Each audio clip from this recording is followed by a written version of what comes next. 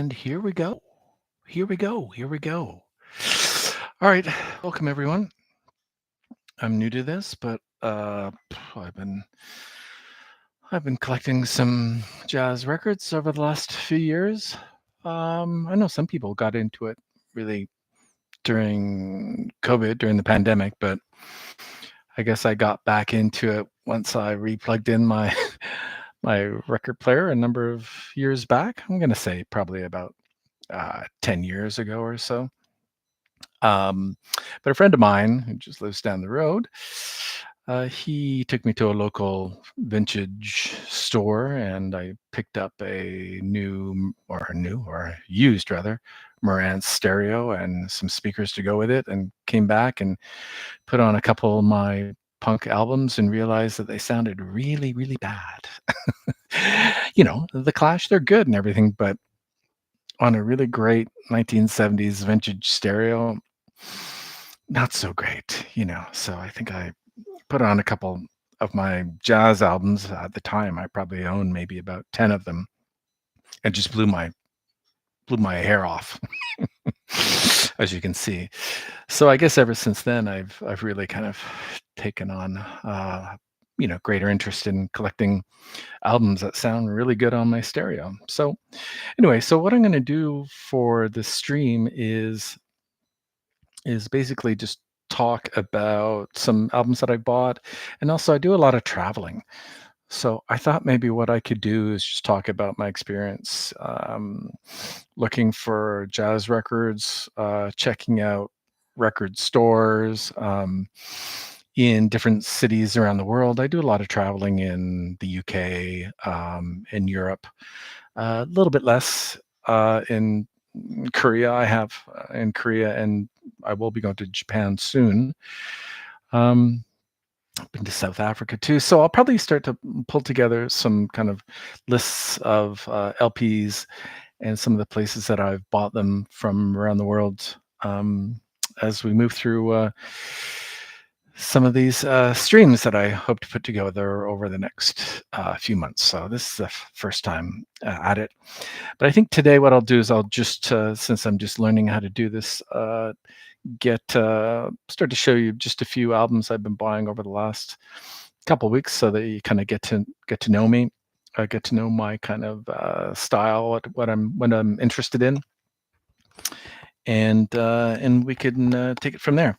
I should say that I live in Canada, so I'll be talking a lot about kind of some of the record stores in and around Montreal and Ottawa, Toronto. I go to Vancouver a little bit less, but I still always tend to pick up about 5 or 6 LPs when I go to Vancouver and see my friends. Anyway, so why don't we start? Some of these might be quite familiar. This is actually an album that I just saw this morning. Actually, it's been re-released. So initially, it's a Verve album. So I think they're selling it for. You can see here. Maybe I picked this one up for. There we go, for $40. It's an original. Stan Getz and Bill Evans. So yeah, it's been re-released as part of a reissue that is it Acoustic Sounds, perhaps. Not sure how well it's selling. I always see a big stack up on the wall of my local record store, or one of my favorite record stores in Toronto, called Rotate This. But this was actually in the stacks. Um, and at the time, it hadn't been re-released yet, and I was starting to get into Bill Evans. Those of you who collect jazz know that, of course, Bill Evans is, I don't know how many reissues are out there with Bill Evans now. Well over a dozen, probably 20 albums of Bill Evans have been released over the last over the last year or two, I'd have to say. But I was surprised. I was surprised. What I tend to do is if I see an album, I'll pull out my phone and I'll try to listen in the store, depending on how how loud they have the music cranked, which they tend to have it really cranked at Rotate This, but which I like, but makes it hard to listen or I'll just take my earbuds and I'll go into a corner and listen, see if I liked it. And I thought it was great. I thought it was really great, really great. Stan Getz, not my favorite. Can be, little bit too bossa nova, slightly cheesy. Again, but beautiful, beautiful album. Again, got it for $40. Um, Great condition. There we go. You can see the labels there. I think it's initially, I want to say around 72 or so, but some beautiful 73 it says here actually. So initially on Verve, you can see in the corner 1973. Okay, so that's the first one I wanted to show you. Let's see what else I got. This is actually one that I ordered from Japan. Miroslav Vitas's Infinite Search. He's got a couple. He's a bassist. Tends to play with a lot of bands that come out on ECM. But I wasn't, like the Johnette and others. Let me see who's on this one here. Actually, this one is from the early 80s. I want to say it's 1970. He also has this really cool purple album that I've been looking for as well. The name of which I forget. I'm sure some of you might know. Anyway, but this is a killer lineup. Okay, so we got Vitas on bass, Joe Henderson, John McLaughlin, Herbie Hancock on piano, and Jack DeJohnette on drums. So that is a very, very serious group of. There we can see it there now. Let me hold that up. The personnel is, check it out. Anyway, really look at those. Look at that groovy embryo.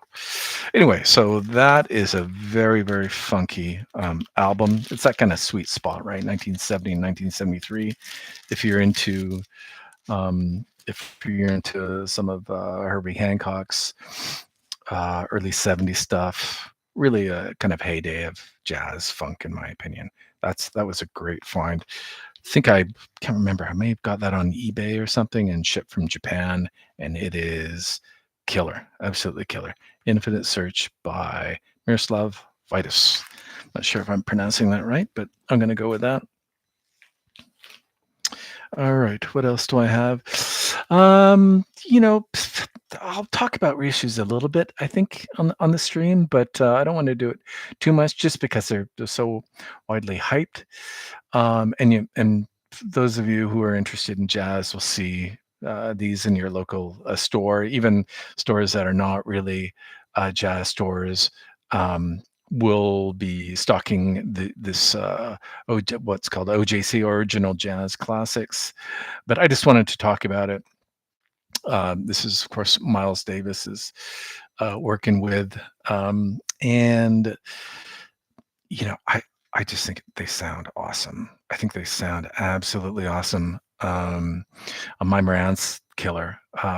So I'm having a hard time not buying more of these series. I think check out the website. You'll see what you like, but they sound really, really awesome. So anyway, I won't get into that one too much, but I think I bought maybe 3 of those so far. There's some others coming out, but again, check the website.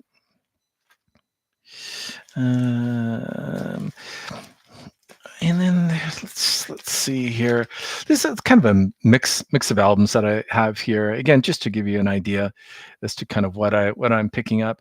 This is from about a month back. I went with a couple friends, and sometimes Friday afternoons or Saturdays I hook up with some friends and we do a little bit of an LP walk through Toronto. And usually when I do that, I tend to end up buying too many albums. So I try to stick to not the bargain bin, but things that I've been looking for but are not so expensive. Dim Miola, he's actually coming. He's touring this summer. He's coming to Toronto, and I know he's on a tour throughout the United States as well. A little bit jazz rock, a little bit of funk. He's also done some stuff with McLaughlin and some classical and flamenco style guitar playing. Fabulous guitar player. I think pick that one up for, I don't know how much. That was super cheap. That was like $10 or something like that. You can see that around quite a bit. That's an who's on this one? I'm gonna say Chick Corea is on that one. Again, a great lineup. Pastorius, Mingo Lewis on percussion, Barry Miles electric piano, Alphonse Mouzon on drums. So Mouzon, of course, really, canonical jazz drummer, jazz funk drummer, I should say. So great album. If you see it around, again, don't pay more than $15 for it. That's a bit better there, but it's a real killer guitar focused jazz funk, jazz rock album. So highly recommend that. Here's another kind of jazz guitarist, Larry Coryell. Has started to get some attention over the last couple of years. Has a pretty extensive collection or a number of albums that he produced from, again, the kind of 70 to 75 or 76. So at least those are the ones that I think are worth collecting. I put out a live, I'm going to say it's a live album, live at Montreux that came out a couple years ago. I'm not sure how popular it was because I still see it around in some of the bargain bins. But this is a band that he put together that I think this is maybe the second or third of their album. So the name of the band, as you can see here, 11th House. But I'm not sure exactly what the history. There's a history to that. And Larry Coryell, who's one of two of the players in the band members who tend to be in all versions of this band. So this is from 76. This is a Canadian copy of the album. Who's on this one? So the reason why I picked this one, so Jerry Brown, don't know him, Jerry Brown on the drums, John Lee on bass, Mike Mandel, I've seen him around a few times. But the reason why I got this, actually Dave Sanborn is on this as well, on the house guests. But the reason why I picked it up is because Terumasa Hino is playing trumpet on this. So those of you who know your early 70s Japanese jazz, he's some people kind of call him the Miles Davis of Japan. That's probably not fair, but he does share some stylistic similarities with, again, that kind of Bitches Brew style Miles playing and kind of jazz rock funk. So again, I think you can see that I got this for $8.99 here in Toronto. That's Canadian dollars. Well worth it. Again, more of a guitar-based album. All right. This actually, hang on, let me take out all the receipts. Sometimes I just put the receipts right in my Donald Byrd. Yeah, what to say about Donald Byrd? I think I've pretty much got every one of Byrd's albums from again, late 60s through to 1975, 1976. This is originally a 1970s release on Blue Note. And when I was in Montreal last week, I found this in one of the stores that I stopped by. Of course, I can't remember the name of it up on Mont Royal. There's a bookstore. Maybe on my next stream, or maybe I'll put this in the comments later. There's a bookstore. It's like 95% books in there. But they've got a small selection of albums, and I've been going there ever since I was a university student, actually. And surprisingly, they always have good stuff. Anyway, so I found this, and I have a copy already, but it is incredibly wobbly. It is probably my most warped album that I have. But this caught my eye because I've been looking for a new one. Obviously, the other one is just way too. I was gonna say way too funky. It is pretty funky, but it's more funky. This one was in great shape, and then let me take it out actually, because there it is. There's the name of the store right there. It's called L'Echange. L'Echange. Picked this up for I think it's $37, but actually I think I paid them 30 for it, so I kind of haggled down. But I don't know if you can see. I don't have. Well, there. Yeah, if I kind of hold it like that, you can see it's this beautiful kind of shimmering cover here of this bird on the front, and that kind of caught my eye. And then, of course, when I went to go look at the LP, I should say the cover's in pristine shape. I realized that this was actually a new release. It's a release called, what is it? It's a Blue Note, a Blue Note series, and it's called, what's it called, everyone? I think it's called like the 616 series or something that focuses on releases out of Detroit, and they're expensive. Here, I'm seeing some of these releases. They've put out maybe 3 of them. Blue Note did, and I think here in Toronto they're going for retail like 60 Canadian. So when I saw this for just over $30, saw that it was a yellow label, I snapped it up. So that was again, L'Echange. If you're in Montreal, check it out. It's on Mont Royal, or in English, Mount Royal. There's a metro, a subway station, literally steps from the store. You wouldn't think about going there if you were a collector, but they had an OG Coltrane. What else did they have? Anyway, they had 5 or 6 LPs there that unfortunately all of which I already owned. But yeah. Okay, what else do I have? There's another OJC, Cannonball Adderley and Bill Evans. This one is actually, I even prefer this one to the Miles Davis one. I think this is just a beautiful, beautiful album that you can find older copies of, but again, remastered. Kevin Gray, Coherent Audio, they know what they're doing. I think that's going for about $45 here in town. So the minute that was released, I think it was earlier this month, I ran out and snapped that up. Okay, what else do I have here? Okay, so now we're getting into some purchases. Actually, before I get into the albums that I found today, this is here's an album that I picked up last fall when I was in London.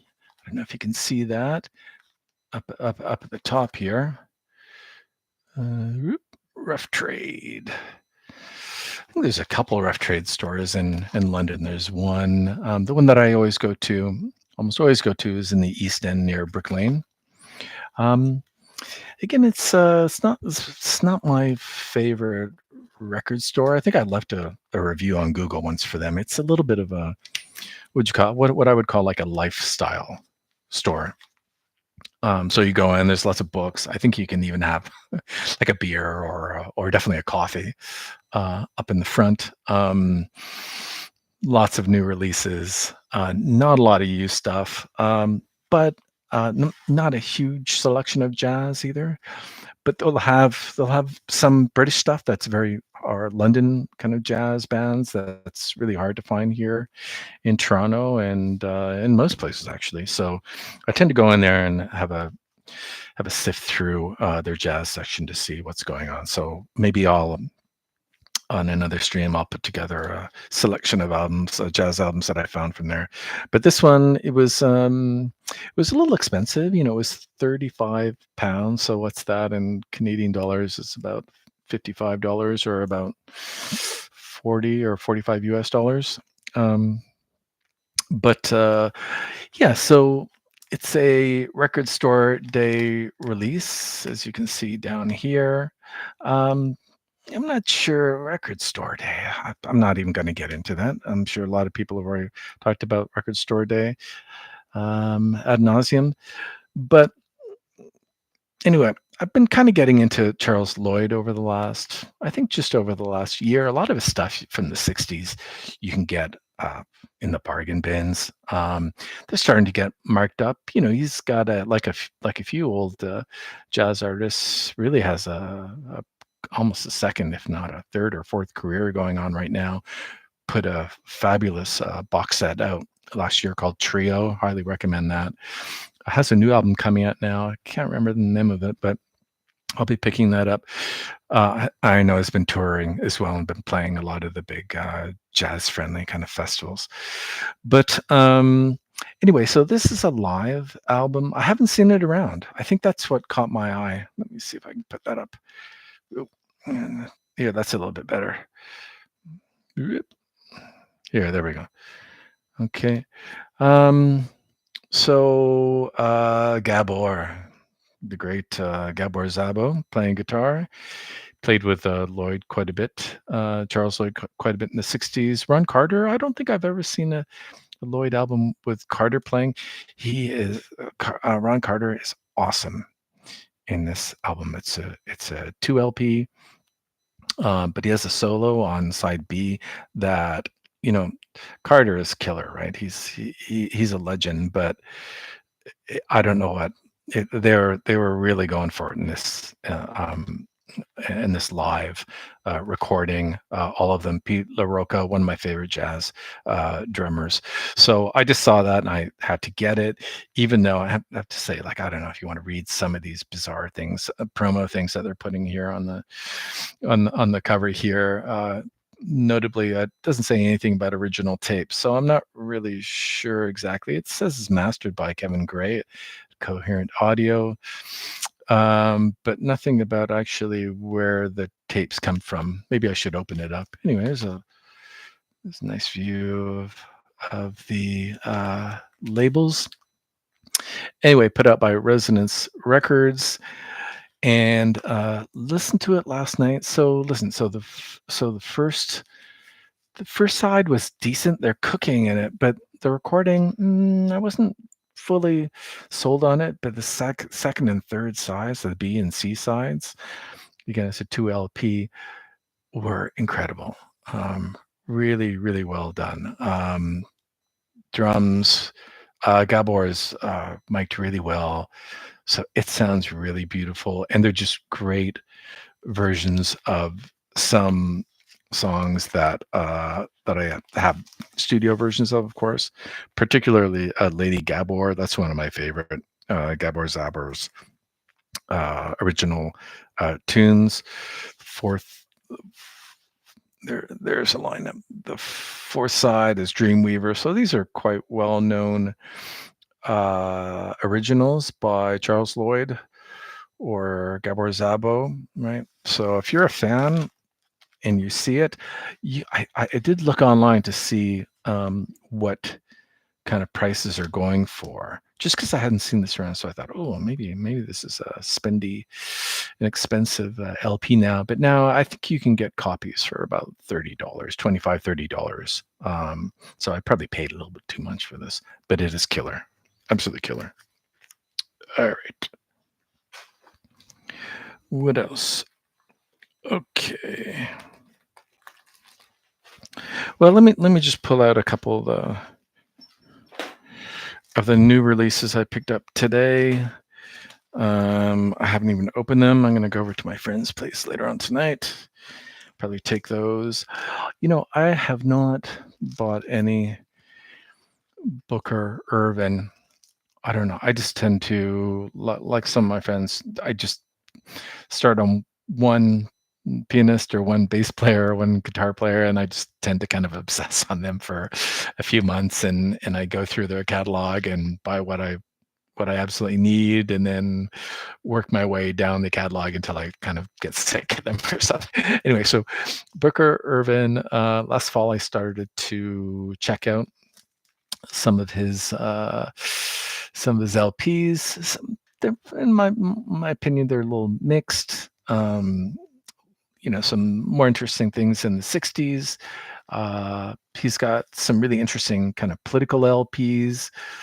But this is one that has, as you can obviously see, just been released really over the last, I think, couple weeks.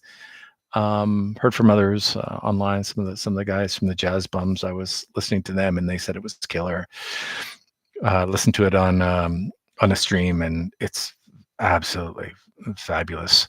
The only thing that kind of put me off a little bit was, as we all know, Tone Poet has amazing packaging, but this one, can you see that? It's very thin. Like usually, their gatefolds, and they spend quite a bit of money and attention, but for whatever reason, this one seems to be a little minimalist. Looks nice, don't get me wrong. Anyway, haven't played it yet. We'll see, but this is a killer series, and I think I've got about maybe a third of the Tone Poet releases. Speaking of, this is one I've been looking forward to for a while. I'm a big Jackie McLean fan. I've probably got about, I don't know, maybe a dozen of his LPs, mostly from the 60s and early 70s.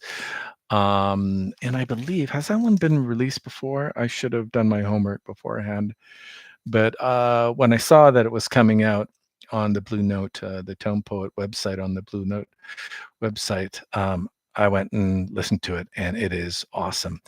And I think one of the main reasons why I got it was because not just of because of McLean, but Bobby Hutcherson, one of my favorite jazz musicians, plays the vibes here. There's the lineup. You can see it a little bit better on the back.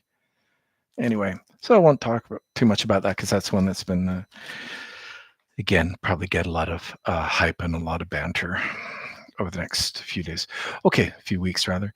So this was a nice find that I got today. Again, down at Rotate This in Toronto. I paid a little bit for it. You can see $40 for it, so not cheap. And a couple things I want to say about it. Well, Max Waldron, Teddy Charles, Jerry Seagull, Addison Farmer. It's a reissue. It's a OJC reissue, and I had a look online. I believe it's from 1984. Let's have a look here if it says it on the back. Maybe it doesn't. I don't think it does. Anyways, OJC 1715. There's the back right there. And some of you might know that these original jazz classics are really going through a bit of a boom these days in prices. I went through my collection once I started hearing people talking about OJCs. These are good deals. Went through my own collection and realized that I had probably about 15 of them. And again, listened to them again, and yeah, they do stand out, right?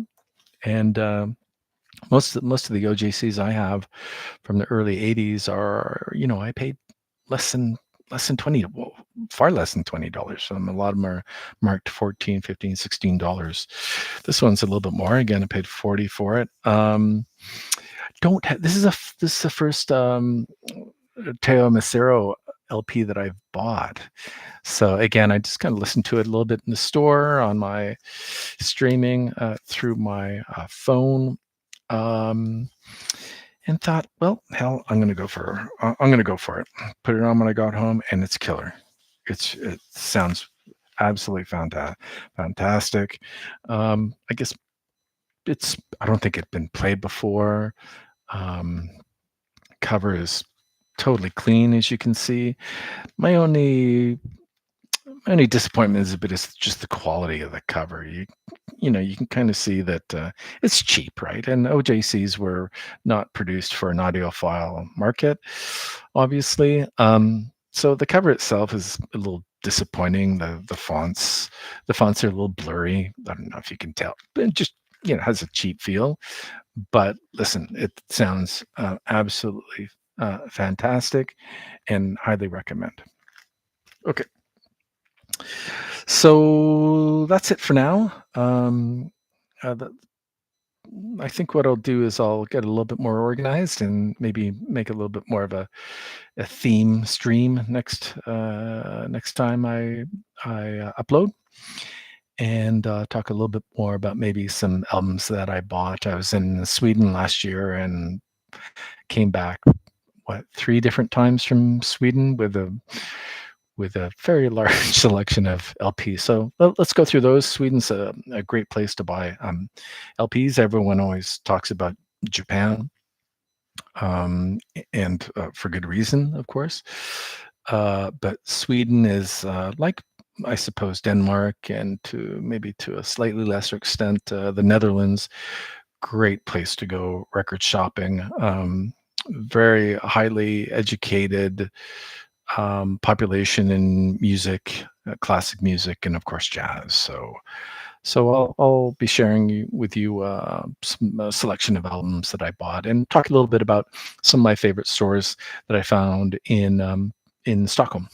So so yeah, so hit the thumbs up, subscribe, and I'll be talking soon about that. Okay, hope you enjoyed that, and see you soon.